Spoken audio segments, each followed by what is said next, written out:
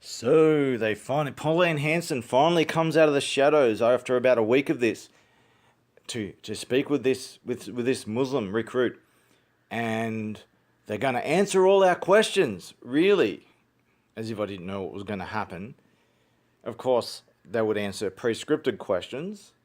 I wouldn't interact with anyone whatsoever, and just just a big pathetic act. And it's so fucking obvious. It's just beyond pathetic.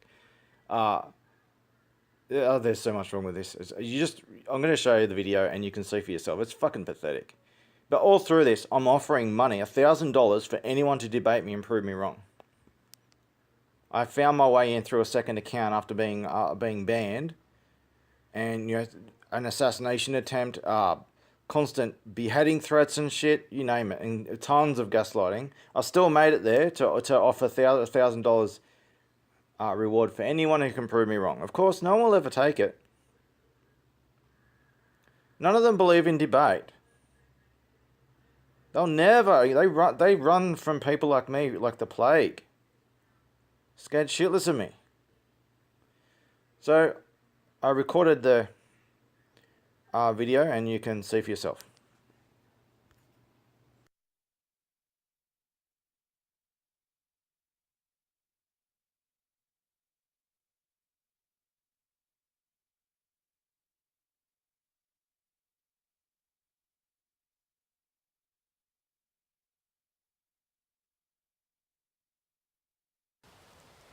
I've listened to your comments and some of them weren't kind at all, but I can understand your antagonism and I can understand why you were asking those questions. So today I'm actually here with Emma to answer your questions so we can get a better understanding of Emma and why she's joined the party One Nation, and most importantly why she is a candidate for us in the March 23rd election. Good afternoon, Emma. Hi, Pauline. How are you? Good. Emma, we've had a lot of comments about you coming on board as a candidate, and mostly because you're a Muslim. Right. Over the years, I've stood against Muslims, banning of Muslims coming into the country. I've questioned their ideology.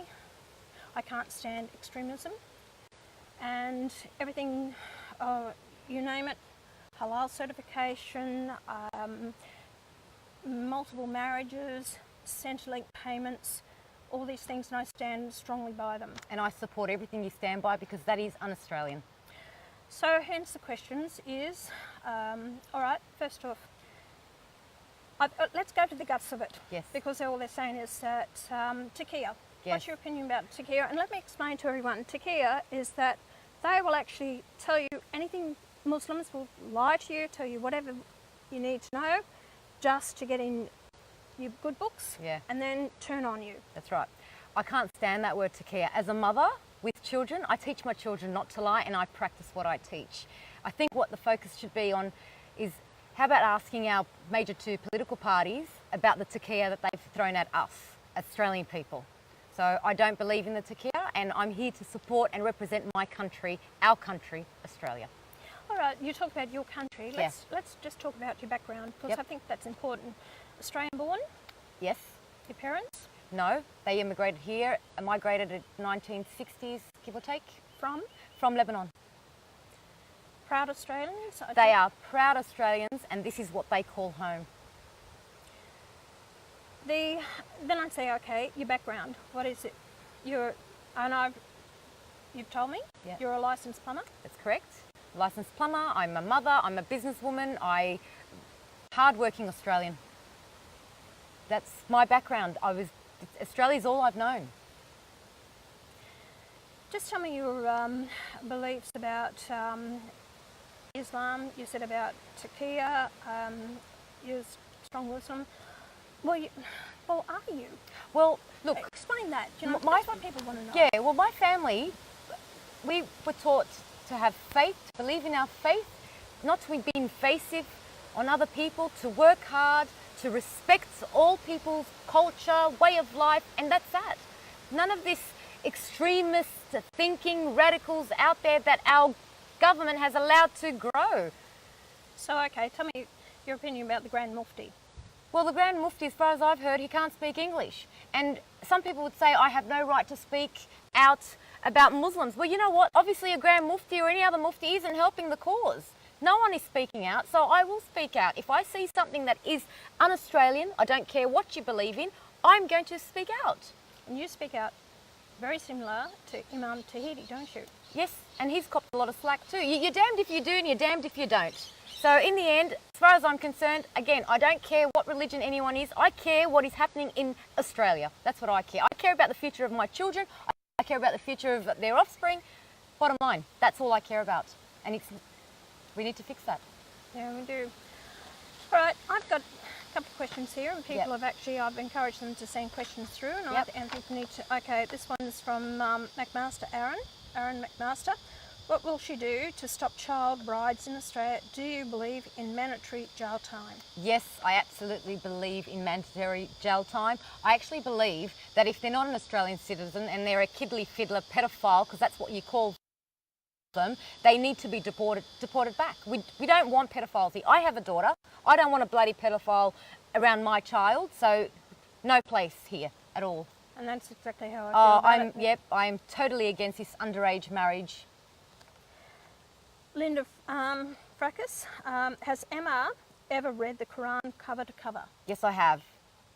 Does she believe that it is the actual words of Allah as told to Muhammad by the angel Gabriel? I believe the words of Allah have been translated to I suppose, please the extremist thinking. The translation has lost its way.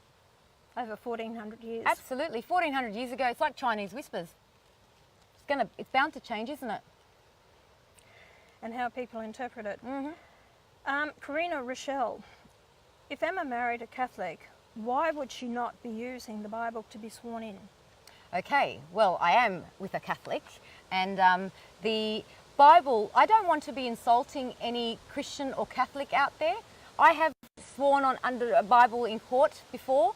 However, just to make it clear, I will not be, if I got elected, I would not be sworn in under the Quran, because this is not an Islamic state. Simple. So it would be an affirmation. Very good. People must be, I know it's been a big thing, and I don't believe that people should be sworn in under the Quran. It's either the Bible or an affirmation. And so you've made it quite clear. Yeah, you're not going to be it's not an sworn in Islamic under state. Quran. It's not an Islamic state, so I will not be sworn in under a Quran. Rosemary Trudeau. So she wants to ban the burqa. Does she also want to ban child brides, acid attacks, honour killings, bombings, beheadings, and all other evils of Islam? Absolutely, it has no place in Australia. This is not the Australia that I know, and we don't want it here ever. You did answer about child brides and honour killings, and it does, some interpretation under the Quran, it does say about honour killings, and it says stoning of the women. And 1400 years ago, zeitgeist era is just, what was permissible perhaps back then, sure as hell not permissible today, and is sure as hell not permissible in Australia, where there is a rule of law, and all Muslims that come to a non-Islamic country have to abide by that rule of law and its covenant. Okay, I want to ask you a question.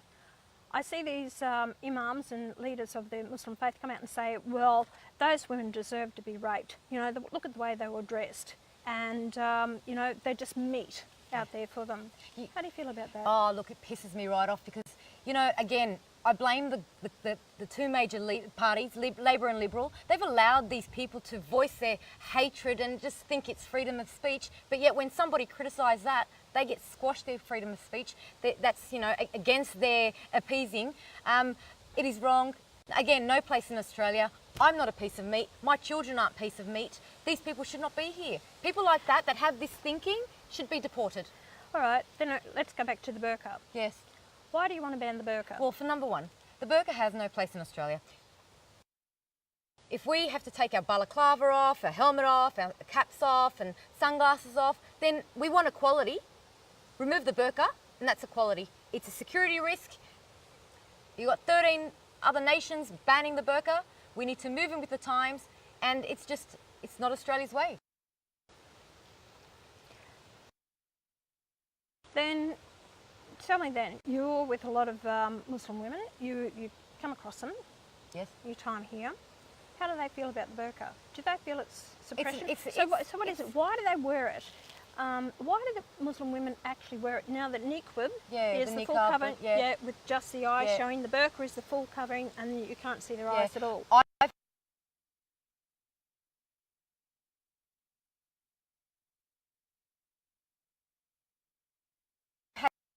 know that side of things, but I just know that in this country we have no place for that. Australia wasn't made to segregate and wear this misogynist garment. So do you believe that people should have a right to wear whatever they want to in this country? Just show your face. Show your face. It's very important. And that's why a lot of the countries, and that's what I've been saying, a lot of the countries are banning the burqa Yeah. because it's better assimilation. Those people are actually assimilating.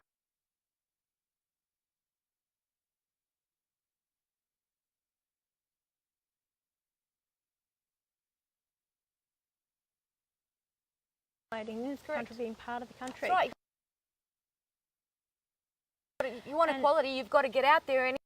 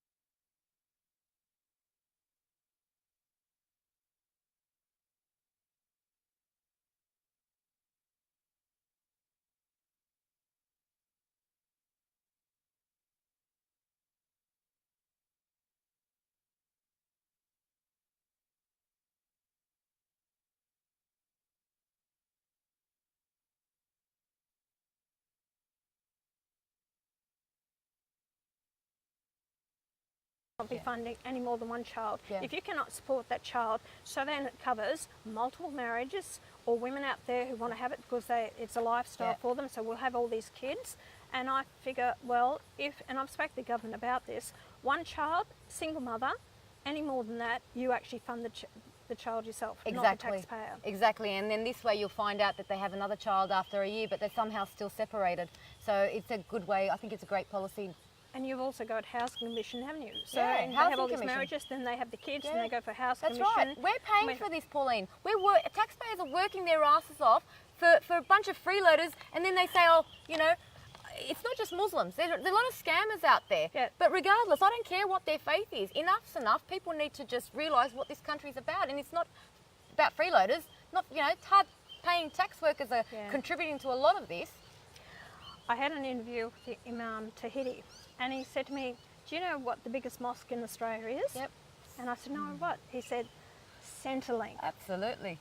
And he Yeah. said one fellow actually bought 3 houses on Centrelink Yeah. payments because of his wives and Yeah. the kids that he had. And this is what we're paying for. And where's our government? Asleep to just... Well, they're reluctant to do anything because they don't want to tread on toes, they don't know how to handle it, so they don't want to upset anyone. And because the Muslim population is growing in Australia, Yeah. and we are going to have to pay for it Yep. if we don't take control of it. Halal certification. Money-making scam. Big business it is. It's a money-making scam. That's all I'm going to say. It's just wrong. All right, how do you Regulate the damn thing. It needs to be regulated, government regulated. We need to understand where this... A lot of people are concerned that the halal money certification is going abroad, and they have right to be, because I think one case not long ago, money was gone to a terrorist organisation. So in order to not have this, it needs to be regulated. Right, people say that we need it for the product to go to Islamic countries for export. My policy is it should be controlled by the government. We don't have these certifiers out there, and it could be anywhere between 2022 that we have at the moment. And I remember watching a program there, Current Affair, and they said they had the certifier on there, and he said, "You Australians are stupid. You've actually paid for my wife's shoes." Yeah. So it's See, again, actually come insult. from Indonesia to they're saying who the certifier must be, and they're getting, if not millions, they are getting millions of dollars out of the taxpayers. So it's a one nation policy. We want to actually get rid of halal certification, put it in the hands of the government for export, and they should be controlling it. Well, I think so. And not these businesses paying, 40,000 or over a couple of $100,000, or a small business, $2,000 a year we're paying to the halal certification. Yeah, well, I think it should It's be. an insult to the Australian people. It absolutely is. Absolutely is. And, got to do something. I've got another Ross Day. Why didn't Emma join the Australian Muslim Party? Oh, God, because it's not about religion or my faith. It's about my country. It's about our country. It's about the way it's going. It's about a lot of things. I wouldn't join any other party that doesn't represent the Australian people. All right, you've got all these parties out there. Yeah. You've got the different parties. Why me? Why One Nation? Yeah, well, Pauline, I've been watching you for years now, and you seem to be the only party that is solution-driven, that is listening to the people's grievance out there. It's focusing on what's wrong with this country, and that is our energy prices, our water, our infrastructure, law and order, which is bloody lacking in this country. A lot of the things that your policies are out there, I support them. And that is why I don't want to support a fear-mongering party that's based on religion stuff, because you've got solutions for everything, and that's why I support One Nation. Have you been approached by any other political party to join them? No, because if you look at my Emma Eros public figure page, I speak out against all the stupidity that is allowed, and they've come from a certain party. So, yeah, I'm happy to mention most of them, but I think you're aware it's all of them. Emma, what I will actually then say is, when I see the terrorism and I see innocent lives lost and these attacks that happen in Australia, I get angry. So do I. I really do. And I don't blame you, Pauline, and I don't blame any non-Muslim person out there being upset. I'm just appalled as the next guy, because this is wrong. I don't care about what they're trying to prove. It's just sickening. It's murder. It's wrong. It is not religion. It's just barbaric. It's just horrible, and I don't want it in this country. So, and I get upset. I feel like every time I'm, speaking out and trying to do the right thing, I get taken 10 steps back because of some... You've had threats against you, haven't you? I have. I've had heaps. But you know what? Sticks and stones. I come from the era of sticks and stones, and I don't care of all the threats and all the words. They don't hurt me. They will not hurt me, because it's wrong. I've got children. Again, I want to look after their future. Another big thing is this week is the interview that you did with Marlo. Yep. I've got to ask you please explain on that one. Okay. All right. So I got invited to ask one question, and I guess I just lost my train of thought. I didn't know. I didn't know what to expect. I should have done more research, to be honest. I have nothing against Milo. I think I can agree with a lot of the things that Milo has said in the past. I just didn't agree with the Islam he was talking about. Well, Emma, I have a message from Marlo for you. You do? Yes, I do. Oh, God. Listen to this. Okay. Hello, Emma. It's Milo Yiannopoulos. You're probably quite surprised to hear from me after we had our little run-in, but I just had to take a couple of minutes out of my day to send you a message to wish you all of the very best. It's 3 a.m. here in Miami, and I'm struggling through a throat infection, but I wasn't going to let that stop me send you a message to say, go for it, girl. I know that you and I had our differences in the past, but what you're doing is important. People are not being told the truth about Islam, about what Muslims believe, not by politicians and not by the media. And if somebody with an Islamic background can help people come to understand a little bit more about what Islam is, I think they're doing a good thing. I know that Pauline Hanson, one of my political heroes, has been hoping that somebody would step up to the plate. And now you have. So I've got no option but to congratulate you and encourage you. So best of luck. And Pauline, New South Wales and federal elections. You got this, girl. Thanks, everyone. Well, Emma, that's a pretty solid endorsement. You know, I appreciate Milo's words of encouragement and support, and I thank him. And Isn't it funny, at the end of that interview that you did with him, he said, "You're not a Muslim." No, I know. And that's the thing, I'm not the typical stereotype because unfortunately, again, we're pigeonholed. And there's a lot of Muslims just like me out there. I don't wear a scarf, doesn't make me not a Muslim because it's the faith inside. But Emma, you know, what I appreciate about it is that I've been calling people, and especially after terrorist attacks and lives have been lost and everything, and I never heard anything from Muslims out there not standing up and opposing this. And I ask people, come on board, stand beside me and fight this. And that's exactly what you're doing. That's exactly what I'm doing. You put up your hand to be a candidate. It's not easy. You've got threats against you I've and been everything like damned that. before I even spoke because of religion.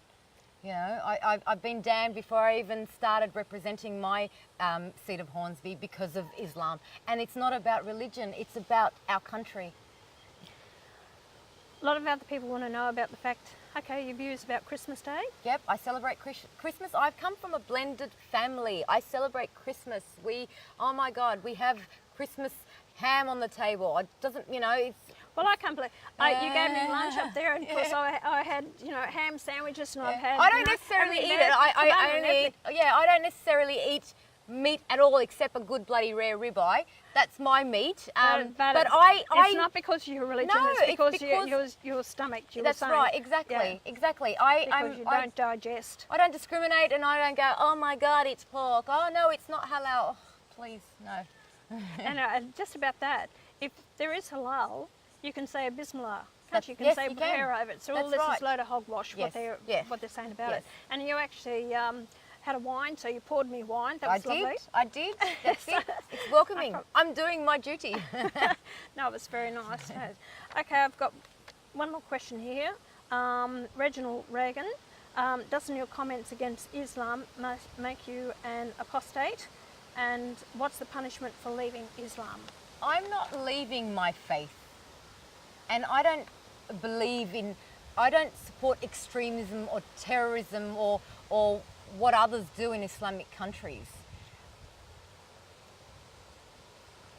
Don't know. I don't think we touched on that. Sharia law. Oh, Sharia law. Thing. Well, what's your view? Sharia law has no place in Australia, not now, not ever. This is not an Islamic state, so I don't see what the argument is. We have a constitution. We abide by the law of the land. So because I'll tell you what, One Nation will never accept Sharia law in this country. Well, there is no Sharia law in this country, and anyone that wants to try and implement it, and you will oppose it because I will oppose it. I will, because it says in the Quran and repeatedly says, abide by the law of the land that you live in, and its covenant says anyone that wants to argue that is pretty much not listening to the word of God, so to speak. Look, Emma, it's very interesting. Do you want to say anything else to the people? Look, I suppose for me, representing the seat of Hornsby, they've urged me to look after the things such as infrastructure, such as, you know, the construction that's just constant, going up, and having the youth drug problem. We need a solution for our youth out there. It's very confronting and intimidating for other people that see this. And I think, again... Do you have escalating crime in this area? Well, we have a lot of drugs in this area, and that needs to be sorted. We have privatisation in the hospitals. That's taxpayers' money. For instance, Hornsby Hospital, they want to privatise the car park, yet nurses and doctors and the visitors have to pay for it, Pauline. How wrong is that? That's taxpayers' money. It should be for the people. But we're happy to take the food out of our children's mouth to give it to foreign aid. You know, how about we cut costs there and focus what's ground level here in Australia? We have people suffering. We have homeless. We have people that live in their car with their children. That is just wrong. You know, we have elderly that can't pay for their electricity, or they can't pay for their, you know, just anything, their food. and living off tin cans. How unhealthy is that for our elderly? We have veterans that aren't getting the support they need. We have mental health again, terrorism have taken the word of mental health when that's a legitimate, there is a legitimate mental health issue with people that really need that support. There's just a lot of things gone wrong, and I think our major two parties have lost their way completely, and we need to bring the focus back here because charity starts at home, and that is really honestly one of the biggest reasons why I support One Nation. People say I'm taking a big gamble with you, Yep. and you've got to win the seat. No, You're I up against- understand. you're up I against may a not sitting win the mem- seat, but you're I up still against a support sitting you. member. Yes. Okay, sitting minister. It's going to be hard for you to win the Yep. seat, but the whole fact is, if you win the seat, people want to know: are you going to stick with One Nation, or are you going to leave One Well, Nation? I don't believe in Takia, and I'm not going to do what other opportunists have done, Pauline. So I'm here for our country, and that's the direction you take. And you are solution driven. I support Mark Latham in New South Wales, and I think he's got great ideas for this for my state in New South Wales. And I support you, Pauline, and the One Nation team in general because the whole it's needed. It's needed in this country. So you won't leave the party? No, I won't leave the party. No, I won't leave. And I'm not going to, what do they say? Just jump to the next thing or start an independent. No, I could have started an independent if I really wanted to. But no, I wanted to support someone that truly is representing the Australian people. I appreciate that because I tell you what, and I'll tell the people out there, you worry about Emma jumping ship if she gets elected. Emma could have had a choice. If she wanted to push her views, the real Muslim ideology and what they're wanting, I would have gone she to the Greens. should have gone to the Greens or the Labor Party, not One Nation, because she won't have a chance with me. And if you think she will, you're underestimating me, because I haven't fought for 20 odd years to get back into Parliament, to push my policies and stand up for the values. Who was the one that wore the burqa in the Parliament? Who's the one who says terrorists shouldn't come back here? Who's the one who's fighting on these issues? Myself. And I haven't worked my guts out for these years to get other people elected to Parliament to think that they're going to turn it around and control me. So no one is going to do that. And as far as Takia, I've had 3 of my senators that got elected have done Takia on me. Those people that said they will support me, never leave me, have turned around and stabbed me in the back on the way out. So anyway, there's no guarantees in life.